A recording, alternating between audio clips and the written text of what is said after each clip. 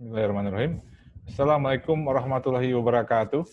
Thank you for coming this presentation. I'm glad to see you all. My name is Amri Dunan from the Ministry of Communication and Informatics, Jakarta, Indonesia. In this opportunity, I would like to present my paper for ICOSA 4.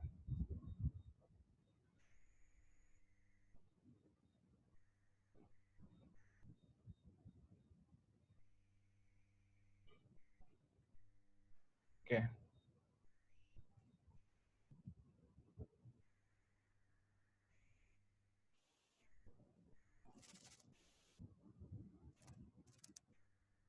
My paper entitled The Challenge of Communicating Pancasila Values in the Millennial Generations in Indonesia.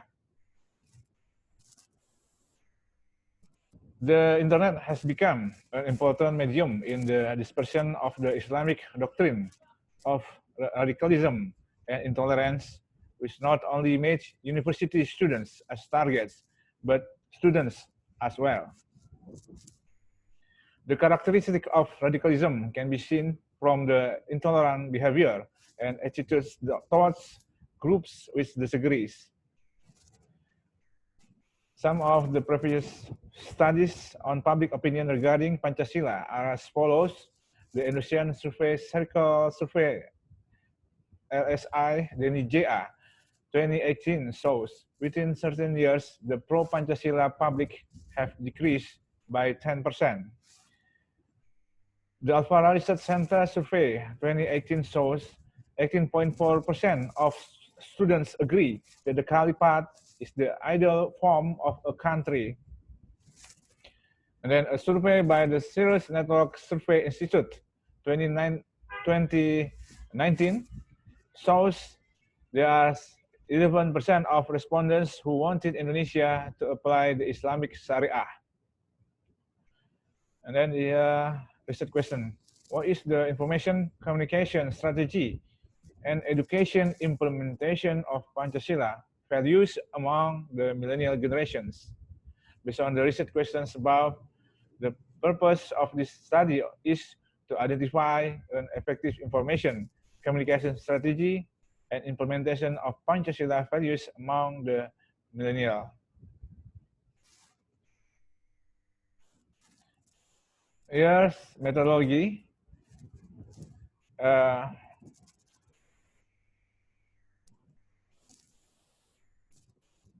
qualitative inductive approach with a constructivist paradigm is used in this study. Data collection was carried out by means of focus group discussion, FGD, interviews, and literature study. FGDs were held 4 times by presenting resource persons from Pancasila Ideology Development Agency, influencer, and then academics, millennials, and from the Directorate General of Public Communication Information, PCI of the Ministry of Communication and Informatics. Interviews were also conducted with youth activists, influencers, and officials from the Director General of PCI to obtain more in-depth and comprehensive data. This study uses grounded theory method in the process of data collection and data analysis by doing Excel and matrix coding. The matrix is used to make comparison between the current condition and the expected condition. After categorizing the data and analyzing the data, triangulation of data source was carried out for data validation, and then continue with drawing conclusion. Here, funding and discussion, communication, information, and education strategies for the implementation of Pancasila values in the millennial generation. On aspect communication, current condition two-way communication asymmetrical. The public sphere is full of hoax and hate speech. The millennial generation is less involved.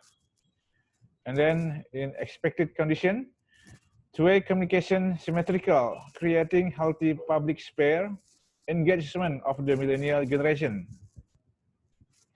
And then information aspect, lack of digital literacy, the existence of Pancasila jargons content packaging is less attractive, sporadic in the public sphere in current condition.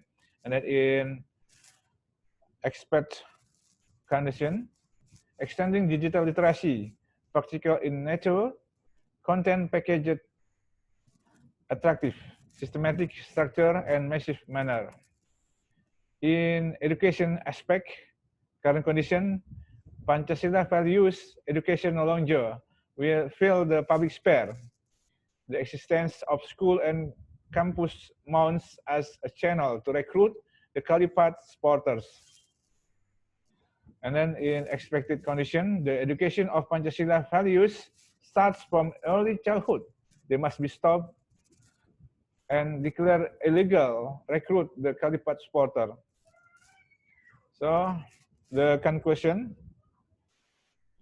the development of communication, information, and education strategy for the implementation of Pancasila values among millennials in Indonesia has various challenges in implementing communication, information, and education on the values of Pancasila. It is hoped to be able to create a healthy public sphere by involving the millennial generation in the Pancasila campaign program. This two-way communication between the government and the public. In this case, the millennial generation can be realized in a balanced way and with mutual influence.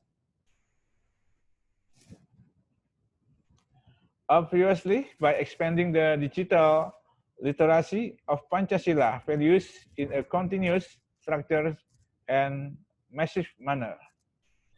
It is hoped Pancasila narrative does not have the character of verbalism or mere